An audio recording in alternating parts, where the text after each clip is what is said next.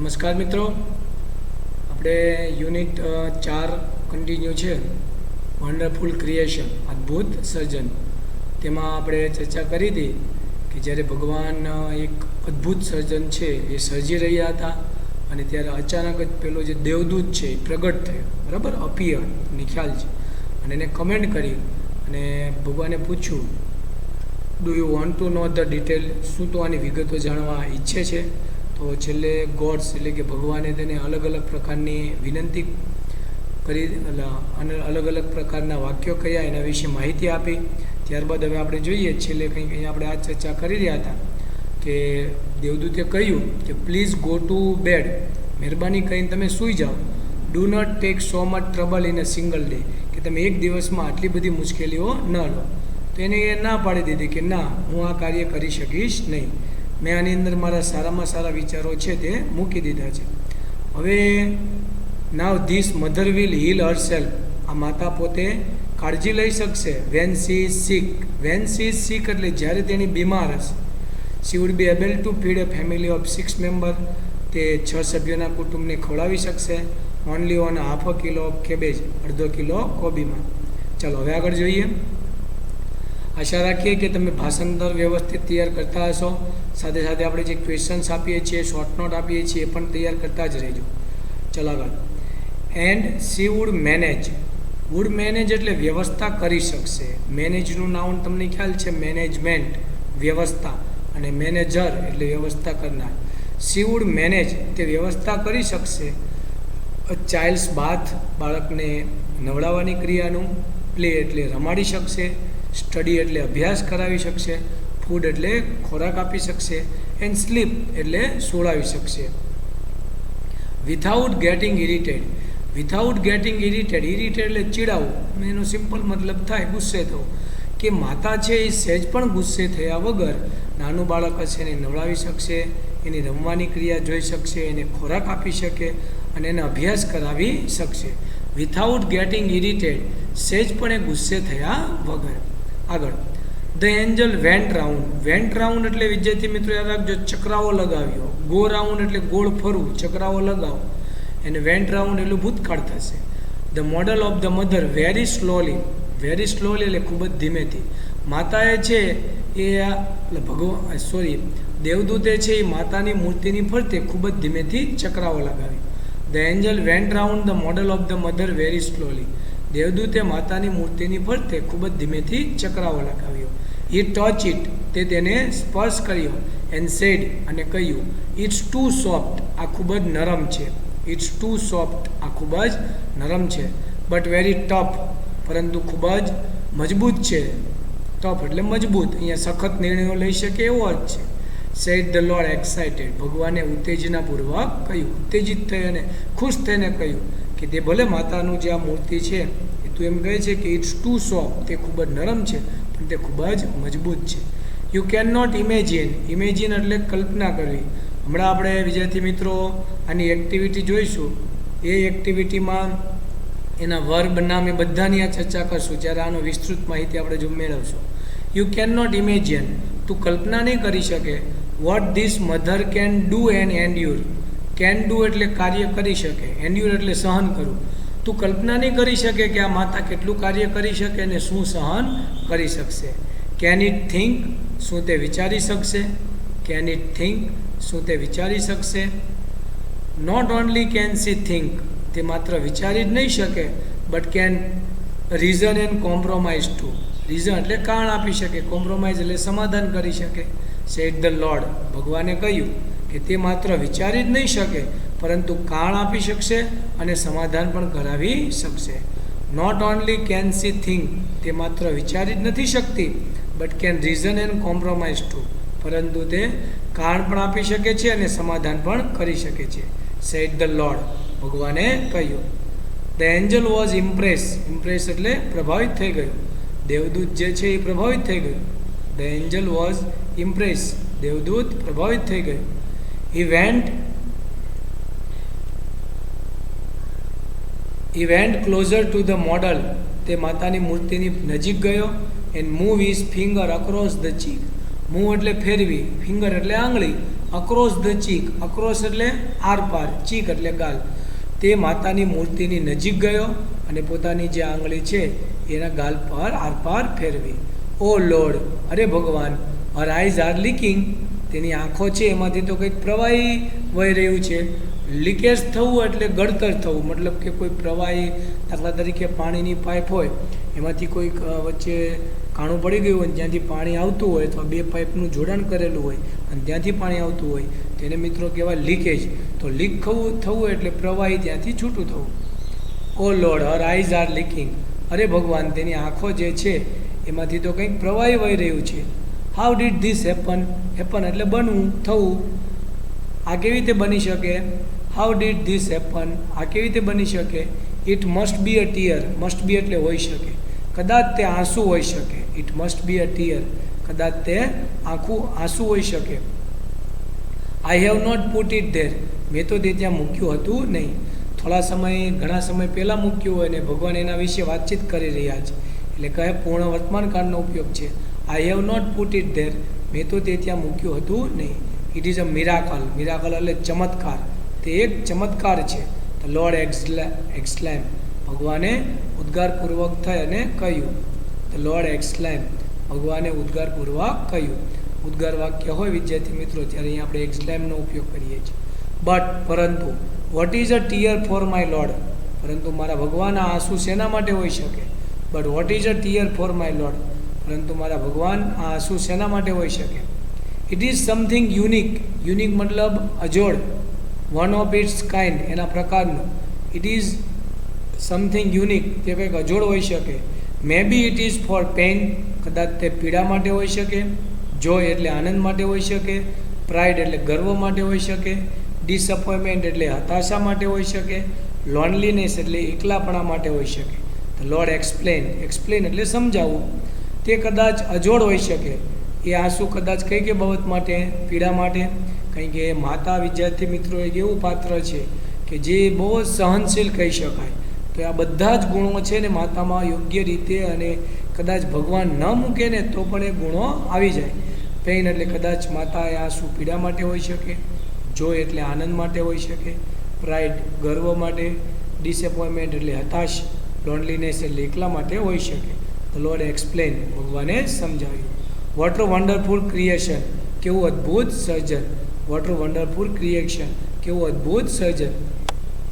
કહેવાનો મતલબ એ છે વિદ્યાર્થી મિત્રો કે ખુદ ભગવાન જો ઈચ્છે ને કે આપણે માતાની મૂર્તિની અંદર કે માતાના પાત્રની અંદર આંસુ નથી મૂકવા, પરંતુ જ્યારે માતા શબ્દ આવે અથવા તો એ મૂર્તિ કંઈક ને કંઈક માતાને એટેચમેન્ટ થઈ જાય એટલે આપમેળે તેમાં આંસુ આવી જાય. ચલો તો અહીંયા આપણે આ જે લેક્ચર જે યુનિટ છે એ પૂર્ણ કરીએ છીએ. સાથે સાથે હવે આપણે પહેલાં જે કેટલાક ગ્લોસરી છે એની ચર્ચા કરી લઈએ. આપણે આ બધા શબ્દો જોયા હતા. પઝલ તો કન્ફ્યુઝ, માઇટી પાવરફુલ, સ્ટાન્ડર્ડ એટલે ઉત્તમ, લેવલ ઓફ ક્વોલિટી ગુણવત્તાનો, પછી મોરેવર એડિશનલી. ત્યારબાદ જોઈએ રિફ્યુઝ ના પાડવી તો રિજેક્ટ અથવા ડિનાય. ફરીથી આ નિયરેસ્ટ મિનિંગ યાદ રાખજો, રિજેક્ટ અથવા ડિનાય.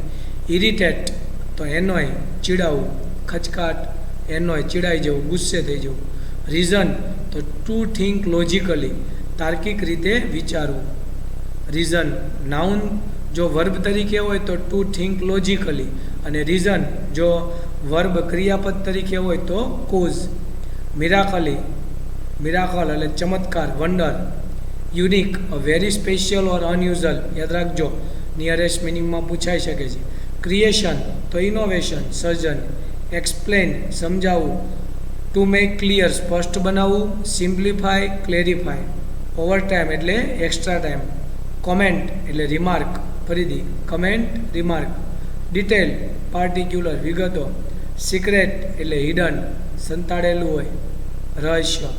સિક તો ઇલ, પ્રાઇડ તો સેલ્ફ રિસ્પેક્ટ, સ્વમાન. ચલો તો આ બધા શબ્દો પણ વ્યવસ્થિત તૈયાર કરજો. ચલો હવે આપણે જે એક્ટિવિટી કરાવીએ છીએ એ બહુ મહત્ત્વની છે. એક્ટિવિટીમાં વ્યવસ્થિતપણે ધ્યાન રાખજો.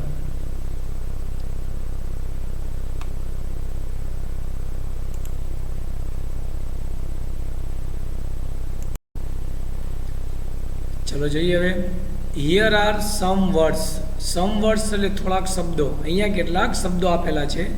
હવે આ જે શબ્દો છે ને એની આપણે આગળ યુનિટ 1, 2માં અને 9મા ધોરણમાં પણ ઘણી વખત વર્બ નાઉન તરીકે છે એનો અભ્યાસ કર્યો છે. તો અહીંયા વિદ્યાર્થી મિત્રો આગળ યાદ રાખજો, શરૂઆતનો જે શબ્દ છે ને એ વર્બ છે અને પાછળ છે એ ક્રિયાપદ છે. જેમ કે આપણે શબ્દો જોયેલા છે, એટ્રેક્ટ આકર્ષવું, એટ્રેક્શન તો આકર્ષણ, સેલિબ્રેટ ઉજવવું, સેલિબ્રેશન તો ઉજવણી, ડેકોરેટ શણગારવું, ડેકોરેશન તો શણગાર, પછી ઇન્ફોર્મ માહિતી આપવી, ઇન્ફોર્મેશન તો માહિતી. ચલો, કમ્પ્લેન એટલે ફરિયાદ કરવી અને આ કમ્પ્લેન એટલે ફરિયાદ. ટૂંકમાં ફરિયાદ કરવી. હી કમ્પ્લેન ટુ પ્રિન્સિપાલ, તેને પ્રિન્સિપાલને ફરિયાદ કરી તો આ વર્બ આવશે. પણ એ ગેવ ખાલજી ગયા, તેને ફરિયાદ આપી તો આ કમ્પ્લેન આવશે. યાદ રાખજો. ઇન્સ્પેક્ટ તપાસ કરવું તો ઇન્સ્પેક્શન એટલે તપાસ. અને જો એમ કીધું હોય ઇન્સ્પેક્ટર, નામ તમે સાંભળેલું છે, તો તપાસ કરનાર. ફરીથી ઇન્સ્પેક્ટ એટલે તપાસ કરવી, ઇન્સ્પેક્શન એટલે તપાસ અને ઇન્સ્પેક્ટર એટલે તપાસ કરનાર.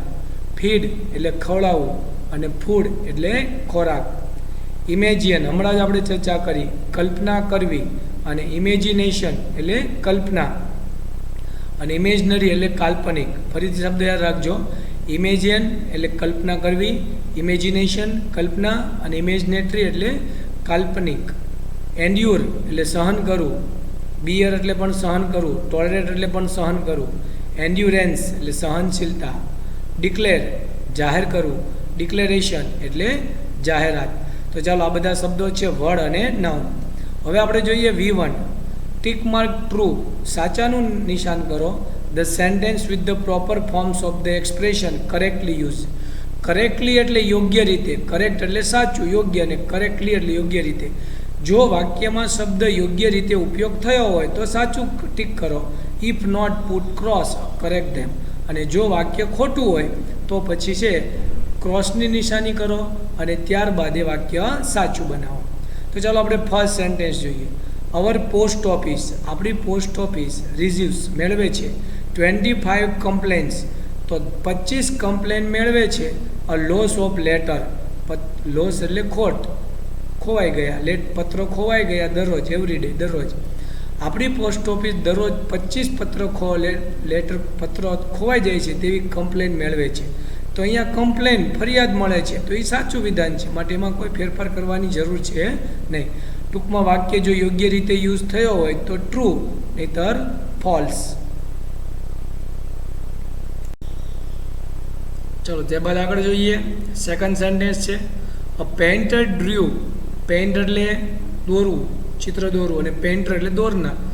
ડ્રુ દોર્યું. અ નાઇસ પિક્ચર, ચિત્રકારે ખૂબ જ સારું અથવા સરસ મજાનું ચિત્ર દોર્યું.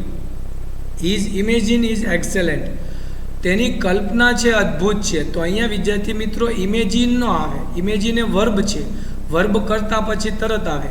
જ્યારે એમ કીધું તેની કલ્પના, તો ઇમેજિનને બદલે આપણે શું લખશું? ઇમેજિનેશન. તો અહીંયા આ સેન્ટેન્સ છે એ ફોલ્સ, ખોટું છે. તો કમ્પ્લીટ કરેક્ટ સેન્ટેન્સ આ રીતે થશે. A painter drew a nice picture, his imagination is excellent, તેની જે કલ્પના છે એ અદ્ભુત છે. ચલો આગળ. Our principal never neglects, never neglect એટલે ક્યારે અવગણના કરતા નથી. સ્ટુડન્ટ્સ કમ્પ્લેન, વિદ્યાર્થીઓની ફરિયાદ.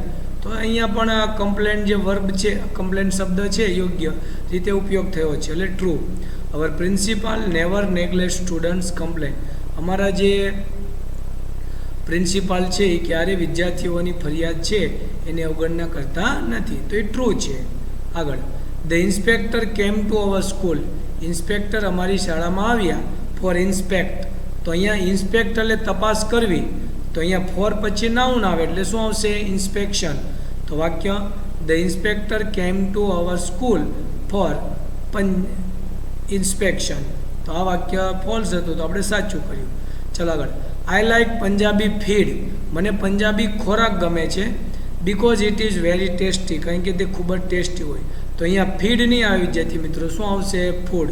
તો આખું sentence I like Punjabi food because it is very tasty. ટૂંકમાં તમારે યાદ રાખવાનું જે કે કરતા પછી તરત આવે તો વર્બ એટલે કે ક્રિયાપદ હોય, નહીંતર કોઈને કોઈ જગ્યાએ નાઉનનો યુઝ થયો હોય. ખાસ તો તે વાક્ય હોય ને એનું તમે ટ્રાન્સલેશન કરો એટલે તરત જ તમને ખ્યાલ આવી જાય કે અહીંયા વર્બ આવે છે કે નાઉન આવે છે. ચલો હવે નેક્સ્ટ જોઈએ. ચલો પાંચમું વાક્ય આપણે જોયું કે આઈ લાઈક પંજાબી ફૂડ, એટલે ફીડ નહીં આવે, અહીંયા શું આવશે? Food, because it is very tasty. ચલો લાસ્ટ સેન્ટેન્સ છે નાવાડેઝ. નાવાડેઝ એટલે નવા દિવસો એવું નથી, બરાબર? યાદ રાખજો, નાવાડેઝ એટલે અત્યારના દિવસોમાં.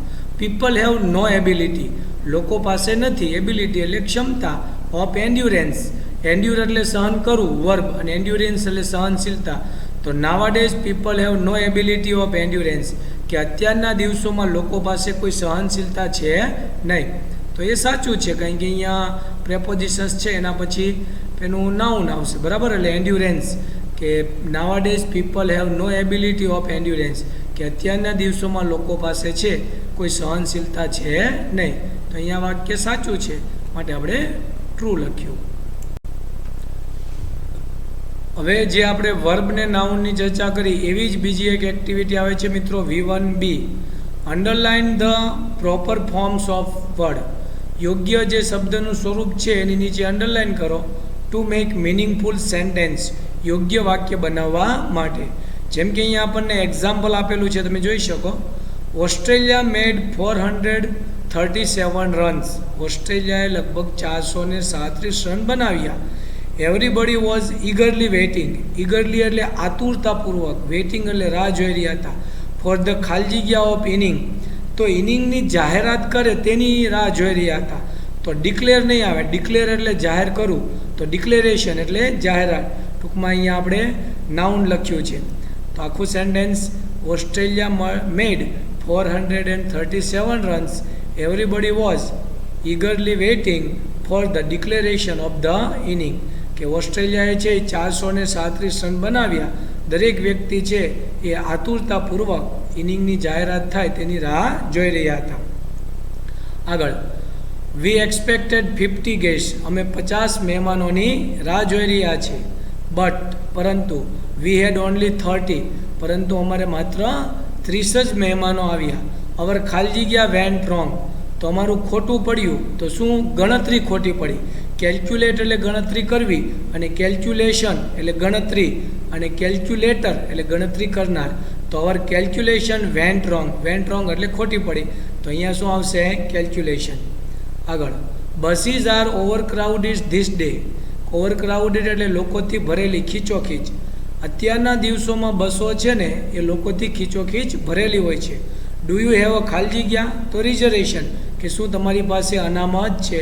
મોસ્ટલી તમે જોઈ શકો વિદ્યાર્થી મિત્રો, આપણે જે આ સેન્ટેન્સની ચર્ચા કરીએ છીએ ને આ બધામાં નાઉનનો જ ઉપયોગ થયેલો છે. તો buses are overcrowded this day, do you have a reservation, કે બસો અત્યારના દિવસોમાં ખૂબ જ ગીચતાથી ભરેલી હોય છે, લોકોથી ભરેલી હોય છે, તો શું તમારી પાસે અનામત છે? આગળ, exams are round the corner. Round the corner એટલે પહેલાં ખૂણામાં છે એવું નથી માનવાનું, યાદ રાખજો. રાઉન્ડ ધ કોર્નર એટલે નજીકમાં જ છે. હાવ ઇઝ યોર, તો તારી તૈયારી કેવી છે? તો પ્રિપેર એટલે તૈયાર કરવું. આઈ ખાલી ગયા ધીસ ફૂડ, તો પ્રિપેર, હું આ ખોરાક તૈયાર કરું છું. પણ તૈયારી એટલે શું આવશે? પ્રિપેરેશન. તો હાવ ઇઝ યોર પ્રિપેરેશન, તારી તૈયારી કેવી છે? Exams are round the corner, how is your preparation, પરીક્ષા છે એ નજીકમાં જ છે, તારી તૈયારી કેવી છે? આગળ, an angel was present at the time of the ખાલી જગ્યા મધર. તો માતાના સર્જન વખતે દેવદૂત ત્યાં હાજર હતો. તો સર્જન એટલે શું થશે? ક્રિએશન. એટલે અહીંયા પણ એનું નાઉન જ આવશે વિદ્યાર્થી મિત્રો, ક્રિએશન. આગળ, there is something wrong with my bike. મારી બાઇકમાં કંઈક ખામી છે. ઇટ નીડ્સ ખાલી જગ્યા, તો તેમાં શેની જરૂર છે? તો રિપેરિંગની જરૂર, એટલે શું આવશે અહીંયા? રિપેરિંગ. આગળ, ધ ખાલી જગ્યા of my friends proposal ડિસએપોઇન્ટમેન્ટ me. Disappoint એટલે હતાશ કરી દીધું. રિફ્યુઝલ એટલે ના પાડી દીધી. મારા મિત્ર મેં જે દરખાસ્ત મૂકી હતી એને ના પાડી, જેના કારણે હું ખૂબ જ હતાશ થઈ ગયો. તો અહીંયા પણ શું આવશે? રિફ્યુઝલ. એટલે બધા તમે જોઈ શકો નાઉન અહીંયા વપરાય છે. આગળ, ધીસ બુક ઇઝ વેરી ખાલી જગ્યા, તો ઇન્ટરેસ્ટિંગ.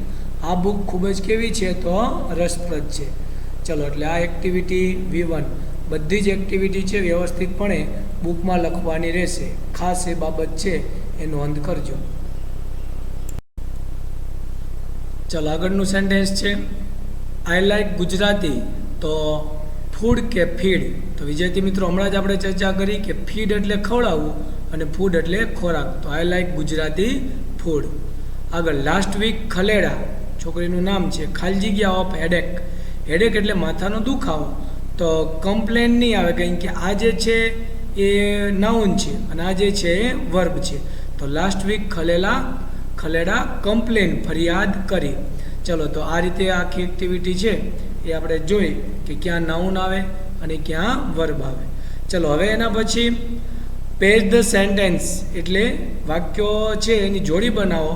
ફોકસિંગ ઓન ના ઉપર ધ્યાન કેન્દ્રિત કરીને meaning of the underline words. Underline words એટલે લીટી કરેલો શબ્દ. લીટી કરેલો જે શબ્દ છે એને સરખામણી કરી અને ટૂંકમાં એનો અર્થ જે છે એ મેચ કરી અને વાક્યનો પેર બનાવો, જોડી બનાવો. તો સૌ પ્રથમ આપણે છે ને આ પહેલાં બધા શબ્દોનું ગુજરાતી જોઈએ. પહેલાં આ વિભાગ જોઈ લઈએ. I always adjust my self in every situation. Every situation એટલે પ્રત્યેક પરિસ્થિતિ.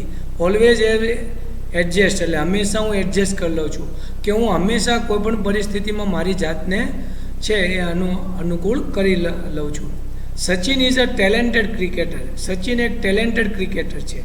જેનિલ એન્ડ્યુર્સ, જેનિલ સહન કરે છે હિઝ યંગર બ્રધર્સ, પોતાના યુવાન ભાઈનું મિસબિહેવિયર એટલે ગેરવર્તણૂક. જેનિલ છે એ પોતાના ભાઈનું ગેરવર્તણૂક છે એ સહન કરી લે છે. Birva always speak frankly with all. Always speak frankly હંમેશા મુક્ત મને બોલે છે. નૈતિક ઇઝ વેરી સિક નાવ. નૈતિક છે અત્યારે ખૂબ જ બીમાર છે. ચાલો તો હવે વિદ્યાર્થી મિત્રો આપણે દરેક બાબત છે એ ચર્ચા કરીએ. તો એઝ અ મેથેમેટિશિયન એક ગણિતશાસ્ત્રી તરીકે રામાનુજમ ઇઝ અ જીનિયસ. ભારતના એક મહાન ગણિતશાસ્ત્રી હતા. કોણ? રામાનુજમ. તો જીનિયસ રામાનુજમ જે એ જીનિયસ ગણિતશાસ્ત્રી હતા. તો અહીંયા સચિન ઇઝ અ ટેલેન્ટેડ. તો આ પહેલું વાક્ય છે એની સાથે કોણ મેચ થશે? બી. આન્સરમાં વિદ્યાર્થી મિત્રો તમારે આ વિભાગ લખવાનો અને સામે એનો સાચો વિભાગ લખવાનો બુકમાં. Rustam always compromise with me. Rustam હંમેશા મારી સાથે છે એ સમાધાન કરી લે છે. તો કોમ્પ્રોમાઇઝનું નિયરેસ્ટ મિનિંગ થશે એડજસ્ટ. આ એક નિયરેસ્ટ મિનિંગ છે, ઓપોઝિટ વર્બ છે, નાઉન છે, વર્બ છે, એ ખાસ તૈયાર કરજો.